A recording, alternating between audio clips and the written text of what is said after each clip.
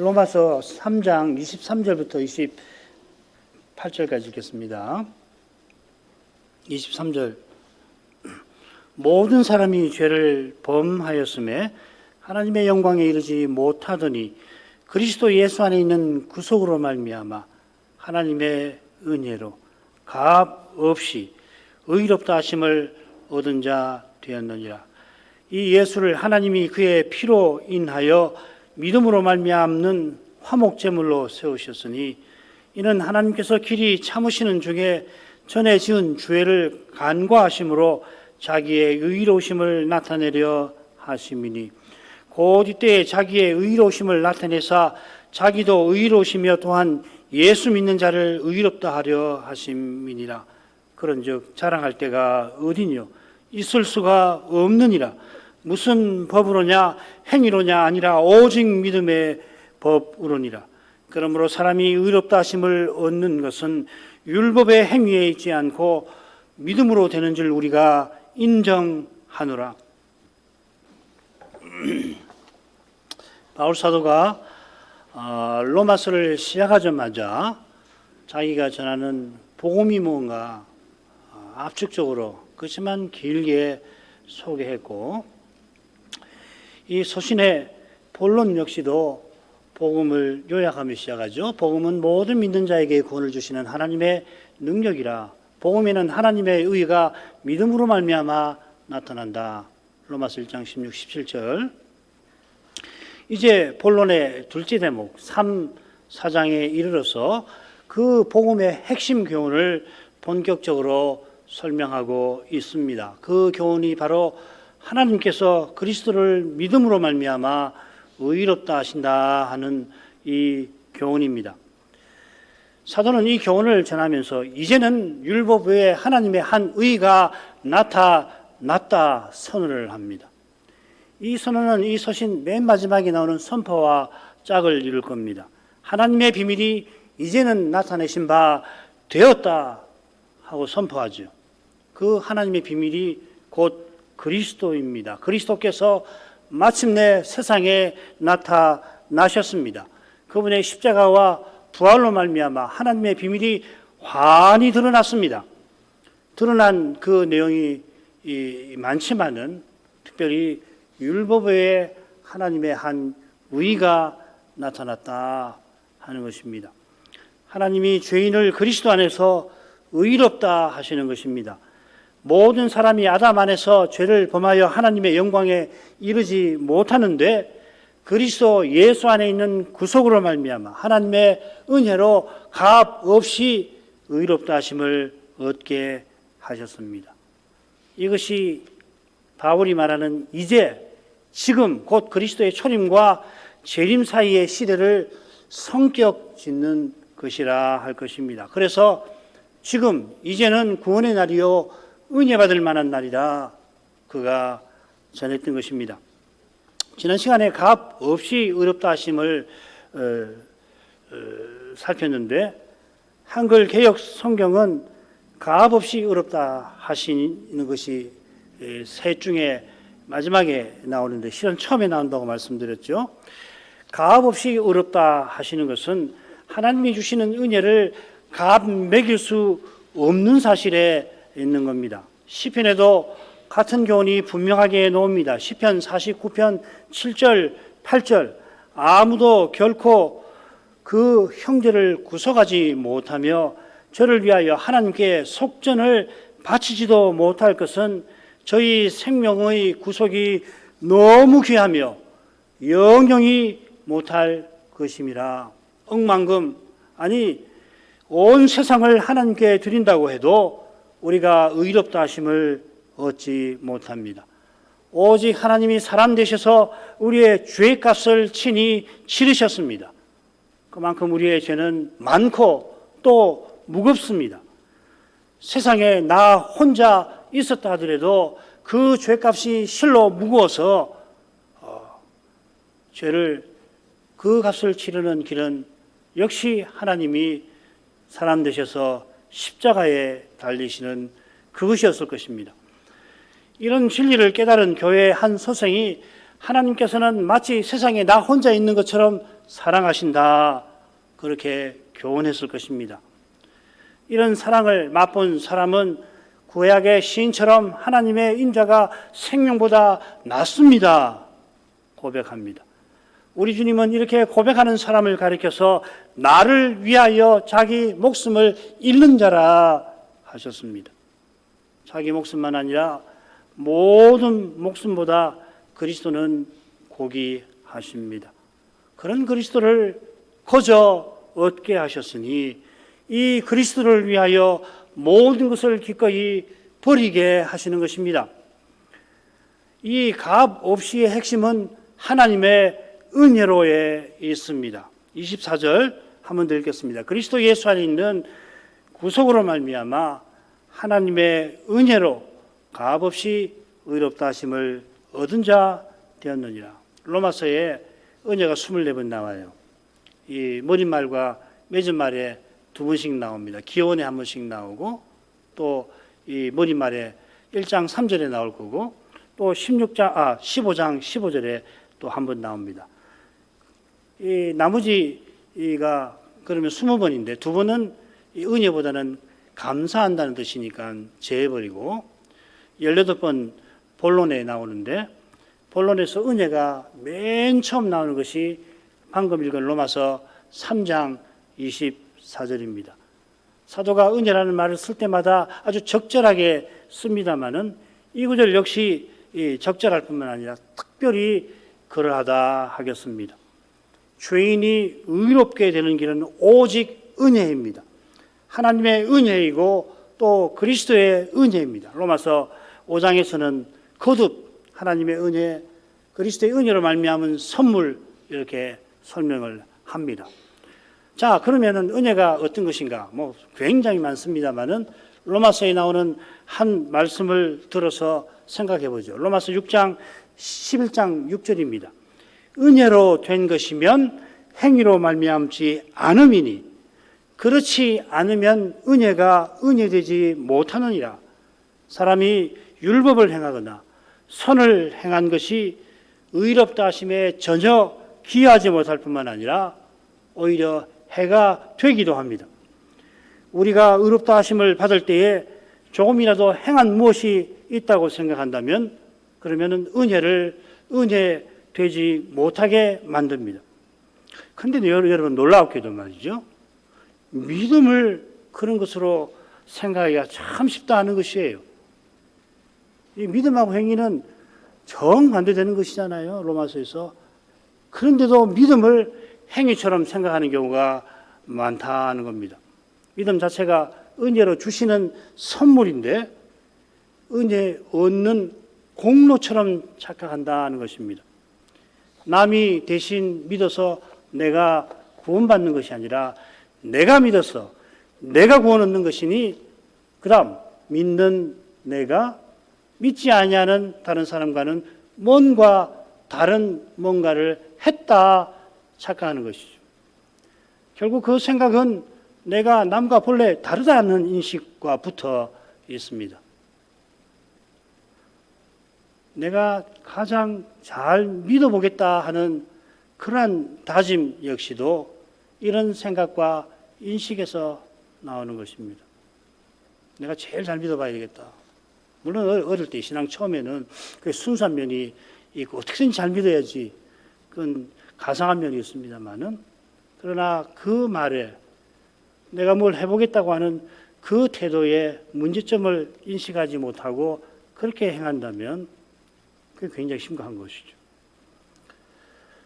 그런 다짐이나 생각이나 인식은 믿음과 결코 함께하지 못합니다.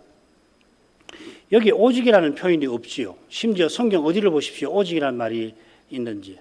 물론 오직이라는 말이 이 번역어에 나옵니다만은 우리말의 오직은 많은 경우에 뭐냐면 그러나라고 하는 말을 오직이라고 표현한 경우 많습니다.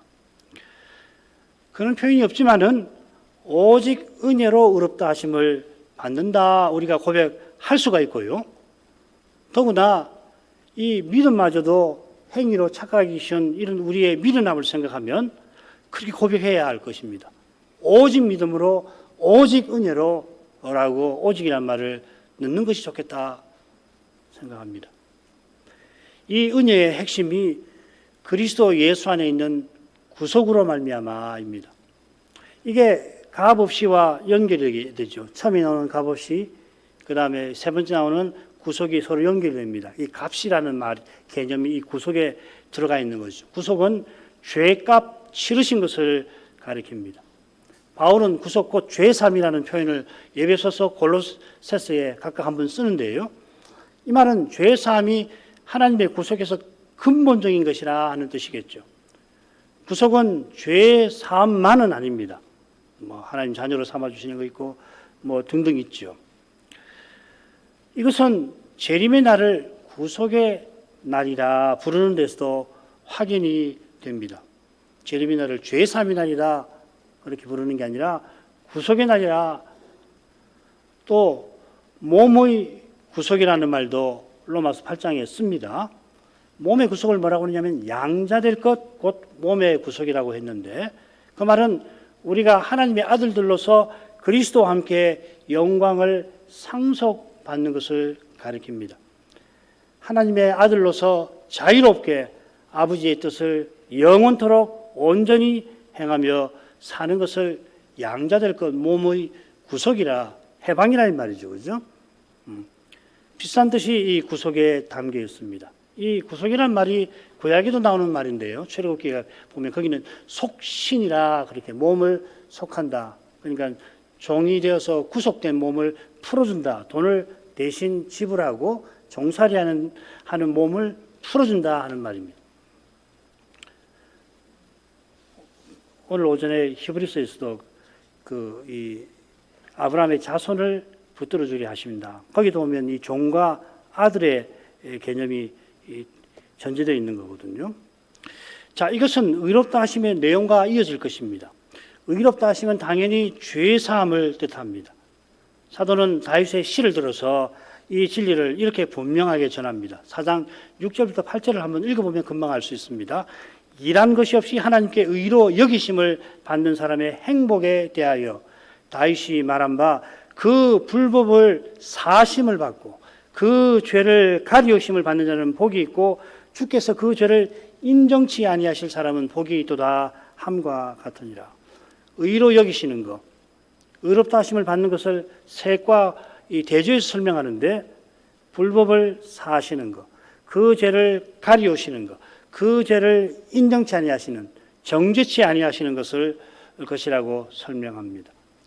하나님이 정죄치 않으십니다. 죄인이라 하는 게 정죄하는 거 아니에요? 너 죄인이다, 너 심판받아야 한다, 이 정죄하는 건데, 하나님께서 정죄치 아니하시니까 누구도 정죄치 못합니다. 우리가 믿은 후에도 죄를 짓습니다마는 주님께서 우리의 모든 죄책을 담당해 주신 덕분에 이제 마귀가 옛적처럼 하나님의 의존에 나아가서 우리를 정죄하지 못합니다. 계시록 12장 10절이 그 말씀이죠. 내가 또 들으니 하늘에 큰 음성이 있어 가로되 이제 우리 하나님의 구원과 능력과 나라와 또 그의 그리스도의 권세가 이루었으니 우리 형제들을 참소하던 자 곧 우리 하나님 앞에서 밤낮 참소하던 자가 쫓겨났고, 구약시대에 마귀가 하는 일이 하나님 앞에서 밤낮 참소하는 거예요. 저거 보십시오. 하나님 백성 저는 보십시오. 저 이스라엘 백성이요. 저렇게 죄 짓는데 가만두십니까? 저거 심판해 버리셔야 되는 거 아닙니까? 하나님 의로우신데 왜 그냥 놔두십니까? 밤낮으로 그렇게 한다는 거 아니에요? 그 마귀가 하늘에 쫓겨났습니다. 요거는 히브리서 부정할 때 생각할 건데, 가장 부정하고 가정한 자가 하늘 성소에 나간 거 아니에요, 그죠? 지금은 그렇지 않다고요. 자, 히브리서 9장 공부하실 때 요걸 한번 생각하면서 읽어보십시오. 자, 마귀가 참소하지 못하면 누가 우리를 참소하겠습니까? 의롭다 하심은 또 있습니다. 하나님께 나아갈 법적 자격입니다. 죄 사하시는 목적이 여기 있는 거 아니에요? 죄가 하나님과 우리 사이를 내고 나아가 하나님께 원수 노릇하게 만들었습니다. 우리가 전에 하나님을 멀리 떠날 뿐만 아니라 떠난 것만 아니죠. 떠나서 하나님을 대적하였습니다. 이게 레위기에서 다루는 속죄죄하고 속건죄와 관련되는 거죠. 속죄죄는 하나님을 떠나는 측면에서 죄를 다루는 거고, 속건죄는 하나님의 거룩하심을 침해하는 죄를 다루는 거죠. 물론 둘 다 모르고 짓는 죄입니다. 이런 죄를 사함받게 하신 것은 이제 하나님을 가까이 하고 그 다음 하나님을 섬기게 하시는 겁니다. 하나님을 가까이 하는 이 자격, 법적인 자격이 의롭다 하시는 거죠. 그런 자격을 받고서 이제 성신을 의지해서 하나님께 나아가 하나님을 예배하고 섬기는 이 삶을 가리켜서 거룩하게 하심이라 이렇게 구분을 하는 거죠. 의롭다 하시면 법적인 자격이고 거룩하게 하시면 거룩한 삶이 되는 것이죠.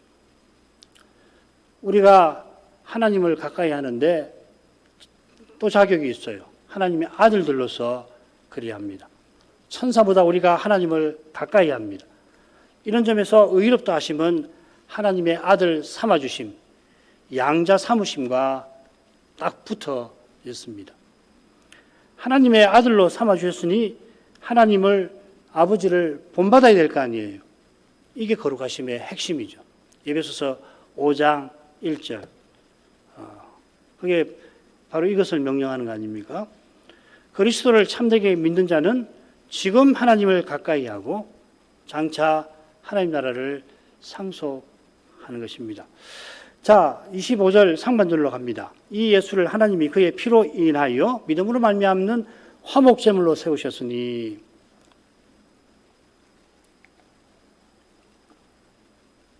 하나님께서 그리스도 예수의 구속으로 말미암아 의롭다 하시는데 지금 방금 읽은 말씀에서는 그리스도의 구속이 어떻게 이루어졌는지를 설명합니다. 하나님이 구속을 위하여서 그리스도를 화목제물로 세우셨다 하였습니다. 이 화목제물이라고 번역된 말이 뭐냐면 속죄소예요. 히브리서 9장 15절에는 속죄소라고 되어 있습니다. 출애굽기도 마찬가지고요. 속죄소는 언약궤를 덮는 뚜껑이죠. 거기 두 그룹의 형상이 연이어서 만들어져 있습니다. 이 속죄소에서 여호와께서 모세를 만나주겠다 하시고 만나서는 이스라엘 백성에게 명할 일을 일러주겠다 하셨습니다. 이 속죄소는 그 위에 보이지 아니하는 여호와의 보좌가 세워져 있는 그런 곳이죠. 성막에서 가장 거룩한 곳입니다. 그래서 대속죄일에 이 속죄소 앞 위에다가 피를 뿌립니다.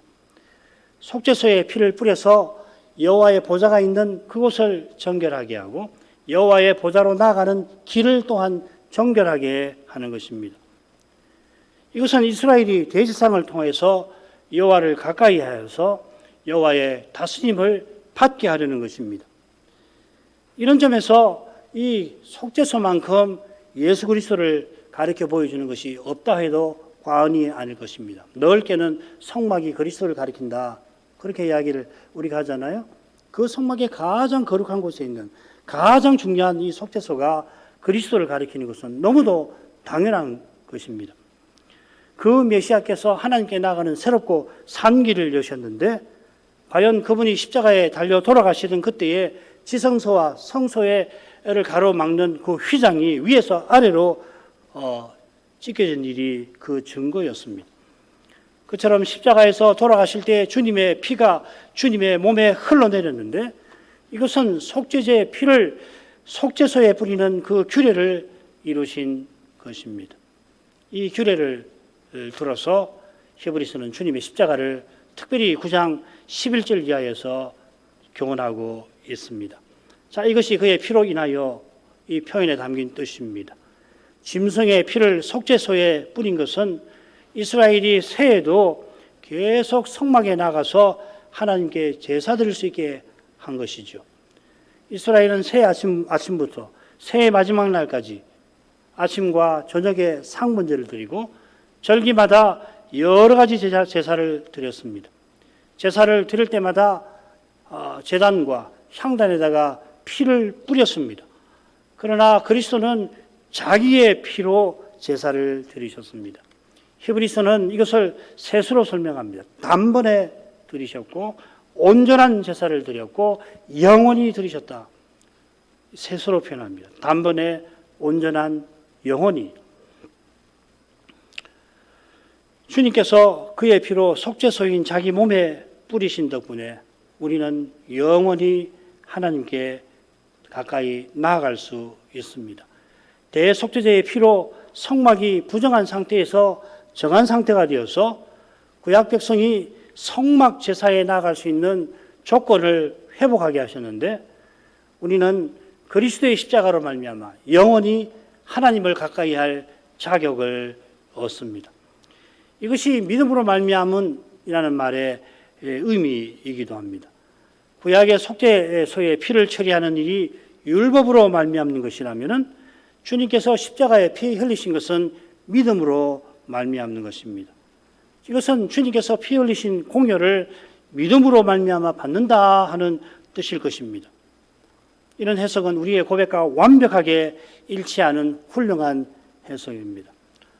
그런데 신실함으로 말미암는 속죄소라고 해석해도 좋습니다. 이렇게 해석하면은 그리스도께서 신실하게 십자가를 지셨다 이렇게 볼 수 있습니다. 문맥을 고려하면은 이것도 나쁘지는 않습니다. 첫 번째 해석은 22절에 나오고 26절에도 나오고 다른 데도 수없이 나오죠. 오직 믿음으로 의롭다 하심을 얻는다. 우리의 믿음을 아무리 강조해도 지나침이 없으니까 첫째 해석으로 생각하시는 것도 좋습니다.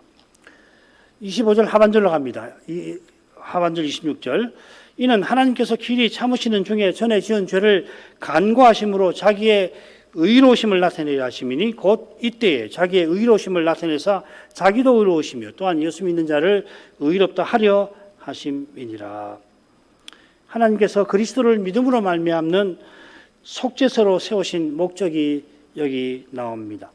25절 하반절의 목적을 먼저 밝히고 26절에 그 목적을 조금 더 보태서 설명을 합니다. 그 목적은 하나님이 자기의 의로우심을 나타내려 하심이라 하였습니다. 여기 의로우심이라 새겼는데 3장 21절, 22절에서는 그냥 의라고 새겼습니다. 그러니까 여기서도 자기의 의라고 하나님의 의라고 새기는 것이 저는 좋다고 생각합니다. 하나님께서 자기의 의를 나타내신다. 친히 언약을 이루셨다 하는 뜻입니다. 십자가를 통하여서 하나님이 자기의 의를 나타내셨습니다. 바울 사도가 하나님의 은혜와 그리스도의 은혜를 말하듯이 요리문답에 나온 대로 그리스도의 의라고 해도 될 겁니다. 그런데 그리스도의 의라는 말은 베드로후서 1장 1절에만 나옵니다. 다만 왜 바울 사도가 하나님의 의라고 말했나?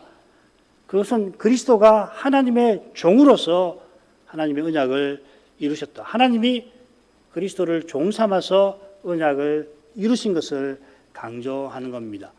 이건 바울 사도가 그리스도의 부활을 하나님이 그리스도를 살리셨다고 강조하는 것과 괴를 같이 하는 것입니다. 자, 그건 다음에도 하죠.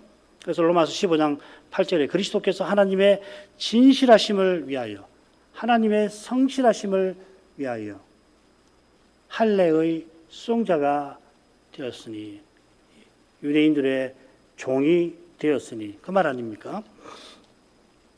하나님께서 자기 의를 나타내신다는 것은 하나님이 홀로 구원하시는 분이라 하는 뜻입니다. 하나님께서 십자가에서 친히 자기 영광을 구원주로서의 영광을 나타내셨다는 말입니다. 따라서 둘째로 하나님께서 홀로 영광 받으셔야 한다는 말입니다. 이게 27절에서 다루어질 것입니다. 의로우신 하나님 앞에 우리 인생은 겸손해야 합니다. 오직 그분의 은혜를 항상 구해야 합니다. 하나님이 자기 의를 나타내시는데 길이 참으시는 중에 전에 지은 죄를 간과하심으로 그리하셨다 했습니다.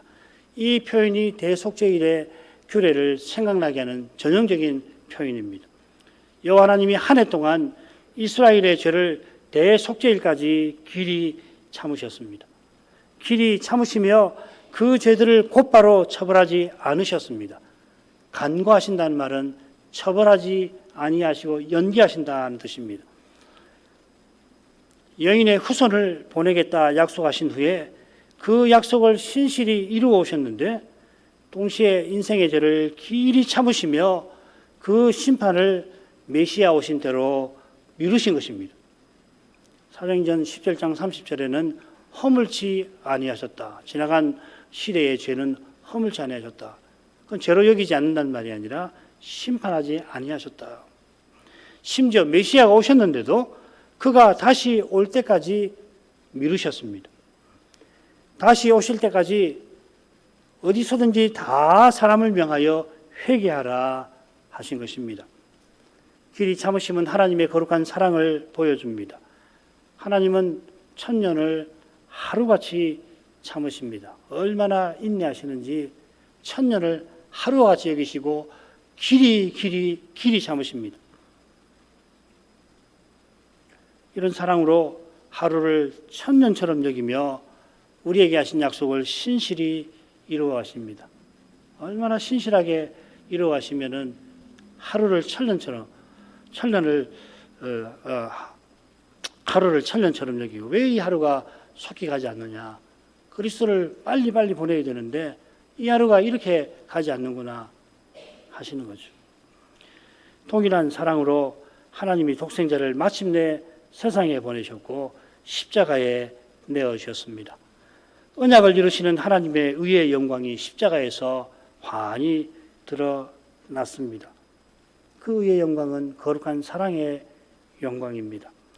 사도는 이런 하나님의 목적을 좀 더 설명합니다. 비슷하게 자기의 의를 나타내려 하십니다. 여기도 의로우심이라고 했는데 똑같습니다. 이 명사 의라는 말입니다. 하고서 여기서 이때에 하고 덧붙여 놨습니다.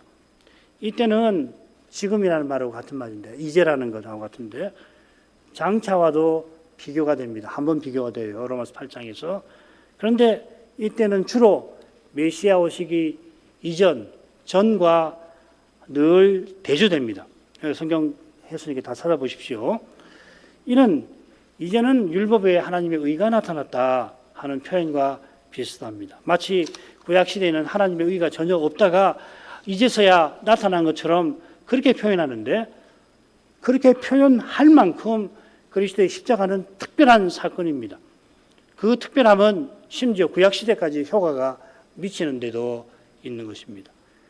자기의 의를 나타내신 것은 자기도 의로우시며 예수 믿는 자를 의롭다 하려 하시는 데에 있습니다. 자기의 의를 나타내신다 하고 바로 이어서 자기가 의로우시다 하니까 약간 부자연스러운 데가 있죠. 그러니까 이렇게 이해하시면 좋습니다. 자기가 의로우셔서 예수 믿는 자를 의롭다 하신다. 이렇게 새기는 것이 좀 더 자연스럽게 사도가 말하는 취지를 드러내는 겁니다. 앞선 내용을 요약하는 겁니다. 아울러 하나님께서 죄인을 의롭다 하실 때에 의로우실 만큼 구원을 위하여 모든 일을 행하셨습니다.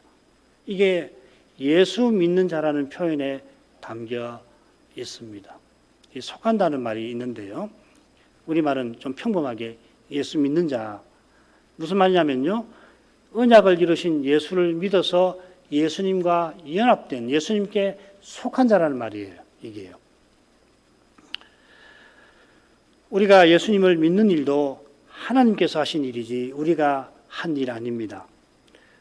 예수님을 보내시지 않았으면 예수님을 믿는 일이 없지요.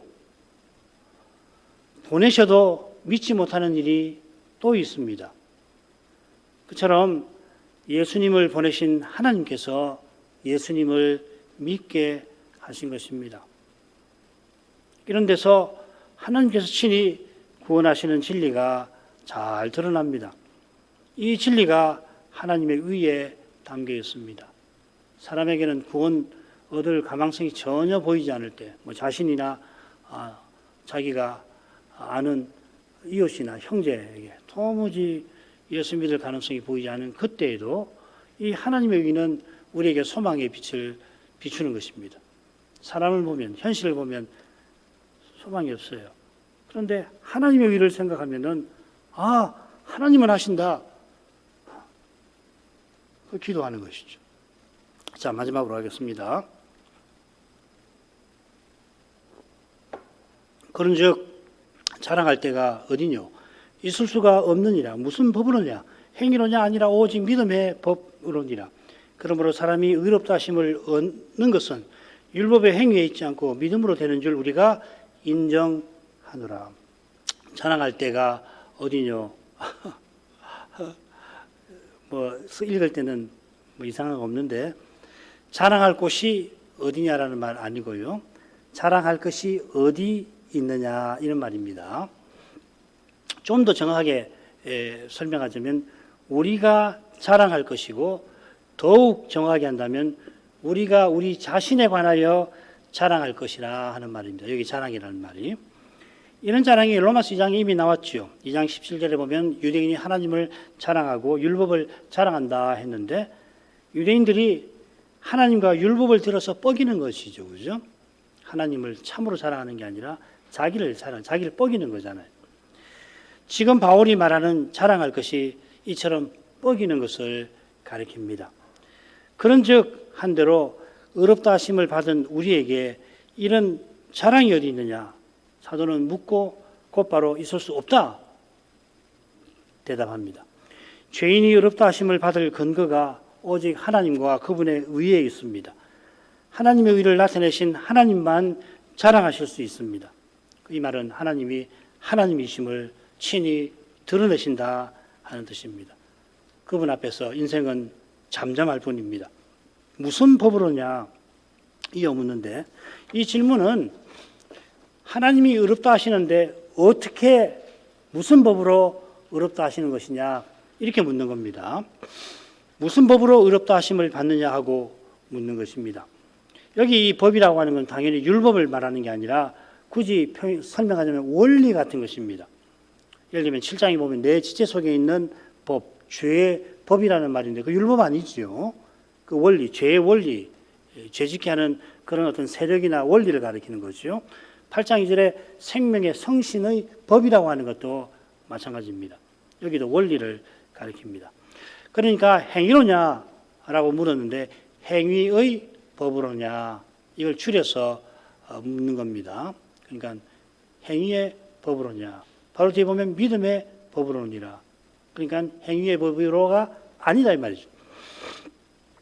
믿음의 법이라는 말은 믿음으로 의롭다 하심을 얻는 걸 가리킵니다. 그렇다면 행위의 법은 율법 행위로 의롭다 하심을 사람이 사람의 힘으로 율법을 행해서 의를 획득하려고 하는 것입니다.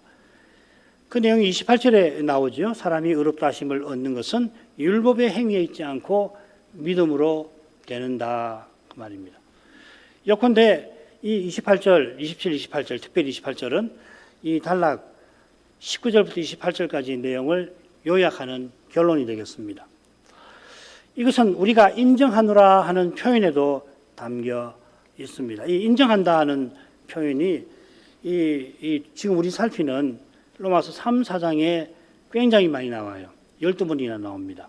로마서 전체 19번 나오는데 여기만 12번 나오고 4장에만 11번 나옵니다. 거기 다 어떻게 되냐면 하나님께서 여기신다, 의로 여기신다 이렇게 할 때 나오는 겁니다. 한 번은 인정이라는 말로 번역이 되어 있지만은 여기신다 이렇게 되어 있습니다. 모두가 하나님께서 의로 여기시는 것, 의롭다 하시는 것에 이 표현이 사용됩니다. 하나님께서 의롭다 하시는, 의로 여기신다는 말은 하나님의 법정에서 엄숙하게 내리시는 결정이라 하는 말입니다.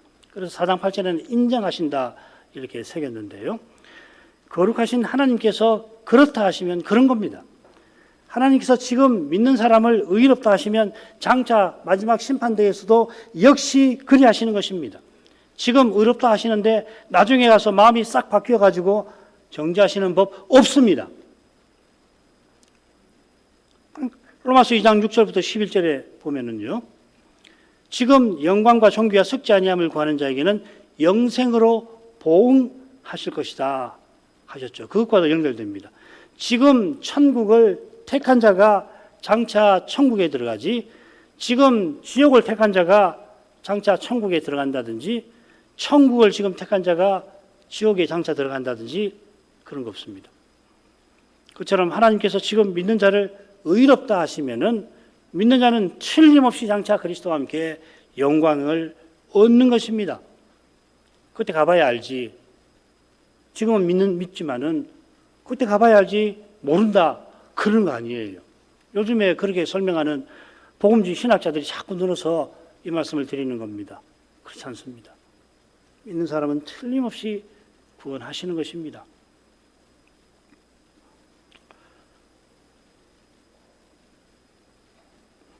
인정하신다 하는 표현에 이런 뜻이 있습니다. 하나님이 인정하시니까 사도도 인정하는 겁니다. 그리스도께서 실제로 다시 살아났다고 해서 우리가 그리스도의 부활을 진리로 받아들이는 것만 아니고 더 중요한 것은 뭐냐면 하나님이 그리스도의 부활을 인정하시니까 우리도 사실로 받아들이는 것입니다. 하나님께서 그렇다고 하시니까 우리도 그렇다고 받아들이는 겁니다. 사실이 그러하니 하나님이 그렇다 하시는 게 아니고 하나님이 그렇다 하시니까 사실이 그런 겁니다. 이것이 뭐냐면 하나님께서 말씀하셨으니 말씀하신 것을 진리로 받아들인다 하는 말이에요. 이게 믿음이죠. 그처럼 하나님이 말씀하셨으니 말씀하신 대로 이루실 것을 믿고 바라는 것입니다. 히브리서에서 가르치는 게 이거예요. 당장에 말씀하신 것과 다르게 현실이 펼쳐지더라도 심지어 신자는 눈에 가득한 현실에 휘둘리지 않고 하나님의 말씀과 약속하신 하나님을 의지합니다. 이는 우리가 믿는 그리스도께서 우리와 함께 하시는 까닭입니다. 그리스도께서 지금 함께 하시는 이것이 장차 주실 약속의 실상입니다. 히브리서 11장 1절 믿음은 바라는 것의 실상이라. 우리가 떠나서 얻고자 하는 것이 그리스도와 함께하는 것이고 장차 얻고자 하는 것이 영원히 그분과 함께 있고자 하는 거 아니에요. 그런데 지금 믿음으로 그리스도께서 함께 하시니 신자는 이미 바랄 것을 갖고 있는 거죠. 그리스도를 얻은 자는 이미 모든 것을 얻었습니다. 지금 잃지요. 잃는 것이 있습니다. 예수 믿노라면 손해 많이 보지요. 심지어는 핍박을 받으면 빼앗깁니다. 히브리서 서신을 받은 교회가 처음에 빼앗겼습니다. 감옥에다 갇히고 재산도 빼앗겼다 되어 있습니다. 예, 잃는 거 있습니다. 지금 잃는 것은 두 가지예요. 사라지는 거, 없어지는 거.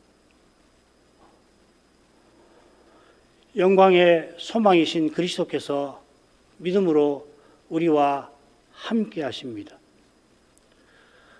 주의 영광을 예배에서 뵙는 것이 제일 중요합니다. 이게 있고 없고에 따라서 교회와 신자의 삶은 결정되는 겁니다. 주일에 주의 영광을 뵈면은 그 교회와 신자는 그리스도를 본받게 됩니다. 변화를 받습니다. 따라서 주의 영광을 뵙는 그 길, 말씀을 전하고 받는데 거기서 길이 열린다는 것을 우리는 항상 잊지 말고 하나님께 자비를 구해야 옳을 것입니다. 기도하십시다. 거룩하신 아버지, 그리스도를 십자가에 내어주시기까지 친히 언약을 이루어 주셨기 때문에 예수 믿는 자를 의롭다 해주십니다. 하나님께서 의로우시니 우리를 의롭다 하시는 것입니다. 독생자를 내어주신 하나님께서 우리들어 그리스도를 믿게 하십니다. 이보다 분명한 진리가 없겠습니다마는 놀랍게도 이 믿음을 자기의 공로처럼 여기고 자기를 자랑할 만큼 우리 인생은 참 미련합니다. 이 미련함을 떨칠 길은 주의 말씀에 빛을 보는 것밖에 없음을 압니다. 복음이 순전하게 전파되고 받아지게 하시는 거기서만 인생은 오직 은혜를 겸손히 고백하며 주의 뜻을 받들 수가 있습니다. 오직 그리스도를 고백하면서도 그리스도를 전부로 모시지 못하는 경우가 얼마든지 생깁니다. 회개하라 하시는 것입니다. 돌이키고 또 돌이켜서 그리스도를 전부로 모시게 하셔서 주님으로 만족하며 주님을 드러내며 살아가기를 힘쓰게 하옵소서. 이렇게 살아가는 교회와 신자를 주께서 쓰셔서 아버지의 뜻을 이제도 이루고 계십니다. 거기 우리를 부르신 뜻이 있습니다.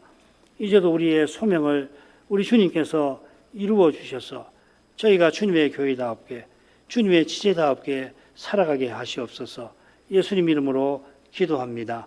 아멘.